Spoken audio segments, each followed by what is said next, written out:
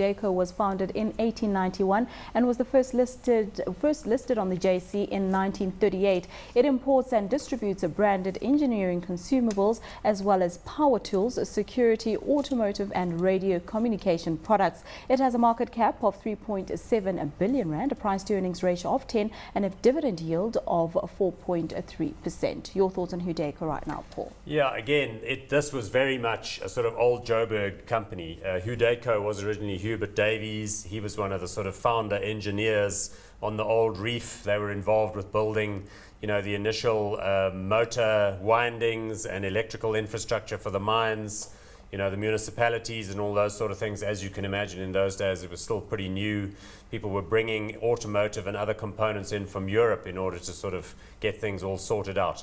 It was listed for a while and then it went off the market in 1984-85. It was quite a significant sort of leveraged buyout, I read, in the sort of history of the company.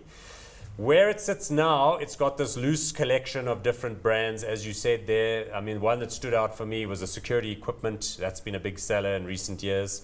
So it is poised, I think, similar to Invicta, just to continue growing. It does the import thing that JP referred to. Makes sense. It's generally the case that provided you look after your stock and your customers in this kind of environment, you can do well. Growth has been good in recent years. A little bit of an earnings wobble in 09, 010, but it seems to be on a more positive trend now. They've also made acquisitions of, is it Proof and Deltec? What do you make of those two operations and how do they fit in to the whole, the group? They've made a number of acquisitions over the last 2 years or so. So when they saw that the organic growth is slowing down, so the African economy is under pressure, they said, okay, let's change our strategy and look for some acquisitions.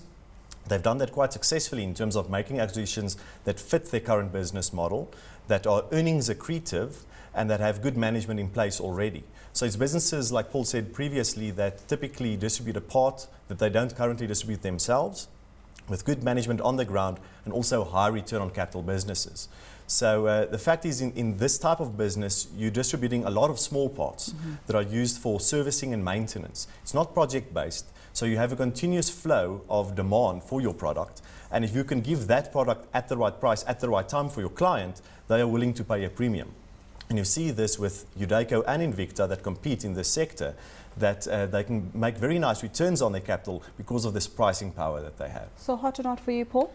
Look, it's got the same kind of attributes as the one we were talking about earlier. It's got scale. 3.7 billion is an adequate market cap. The price to earnings ratio is fair.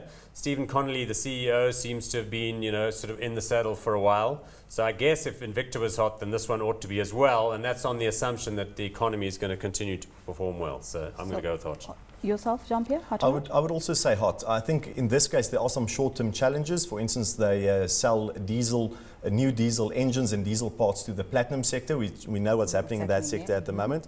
But it is relatively cheap on a dividend yield and PE basis, longer-term bright prospects, so I would say hot.